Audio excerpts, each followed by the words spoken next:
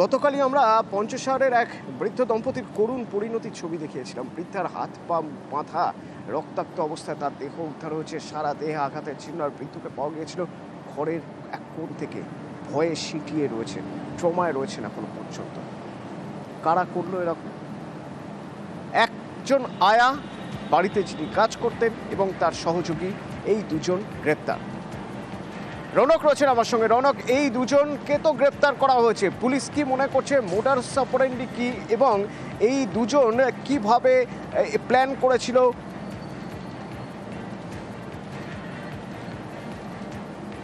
দেখো, একেবারে যেটা মনে করছে তদন্তকারী আধিকারিকরা, প্রাথমিক চুরির জন্যই কিন্তু এই বৃদ্ধাকে হত্যা করা হয়েছে।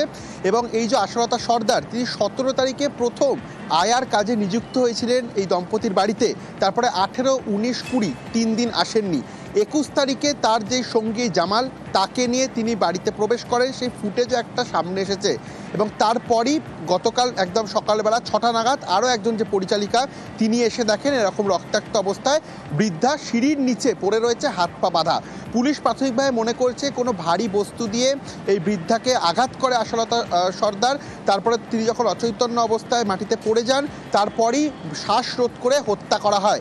প্রাথমিক তদন্তে এই মার্ডারের মোটিভ জানা যাচ্ছে ওই লুটপাটের ক্ষেত্রেই, অর্থাৎ যে সম্পত্তি রয়েছে গয়নাগাটি লুটপাটের ক্ষেত্রেই কিন্তু এরকম ধরনের ঘটনা তারা ঘটিয়েছিলেন। তার আগে রেকি করা যাকে বলে, সেরকমভাবেই কিন্তু এরা রেকি করেছিল।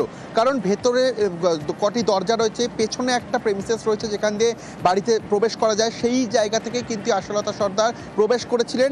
এবং প্ল্যানিং করে যে কটি ক্লোজ সার্কিট ক্যামেরা রয়েছে, যাতে তাদেরকে আইডেন্টিফাই না করা যায় ক্যামেরা ফুটেজ থেকে, সেই কারণেই কিন্তু সেই ক্লোজ সার্কিট ক্যামেরা তার কেটে দেওয়া হয়েছিল এবং বাড়ির ভেতরে বিদ্যুৎও বিচ্ছিন্ন করে দেওয়া হয়েছিল।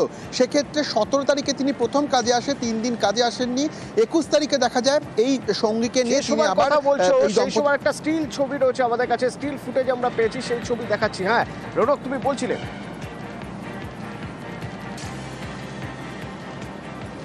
হ্যাঁ, একেবারেই দেখা যাচ্ছে যে দুজন মিলে আসছে ঠিক এই যেখানে বাড়ি, তার কিছুটা দূরে একটি দুটি বাড়ির পাশেই এই ছবি। তারা কিন্তু এই দম্পতির বাড়িতে যায় এবং তিনি খুব ভালো মতো জানতো আরও একজন যিনি পরিচারিকা, যাকে গতকাল জিজ্ঞাসাবাদ করা হচ্ছে, প্রায় 15 বছর ধরে তিনি এই দম্পতির বাড়িতে কাজ করছিলেন। তিনি সকাল 5টা থেকে 6টার মধ্যে আসে, 7টায় বেরিয়ে যায়। এবং এই আশালতা সর্দার 8টা থেকে ডিউটি ধরতো, 12 ঘন্টার তার কাজ ছিল। সেক্ষেত্রে তিনি জানতেন এই টাইম স্প্যানে কেউ আসবে না। তার সঙ্গীকে নিয়ে তিনি ঘরে প্রবেশ করেন এবং তিনিই কিন্তু এই বৃদ্ধাকে প্রথমে মাথায় ভারী কোনো বস্তু দিয়ে আঘাত করেন। অচৈতন্য অবস্থায় তিনি মাটিতে লুটিয়ে পড়লে শ্বাসরোধ করে খুন করেন। এবং কার্যত আরও তার যিনি স্বামী, তিনি ভয়তে খাটের নিচে লুকিয়ে থাকে, এমনভাবেই কিন্তু পুলিশ তাকে উদ্ধার করেছে। অর্থাৎ লুটপাটের জন্যই কিন্তু প্রাথমিকভাবে এই হত্যা করা হয়েছে পুলিশ মনে করছে। কিন্তু এর পেছনে অন্য কোনো কারণ রয়েছে কিনা, বা শুধুই কি এই দুজন যুক্ত, আরও কেউ এর পেছনে রয়েছে কিনা, গোটা বিষয়টি কিন্তু খতিয়ে দেখা হচ্ছে।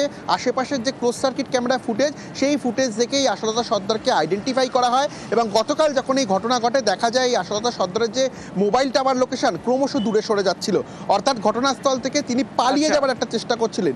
তখনই কিন্তু পুলিশের সন্দেহ হয়। গতকাল রাতেই নরেন্দ্রপুরের বাড়ি থেকে তাকে গ্রেফতার করা হয়েছে এবং পুলিশ এখনও খতিয়ে দেখছে এর পেছনে আরও কেউ যুক্ত রয়েছে কিনা। অতনুদা, ধন্যবাদ।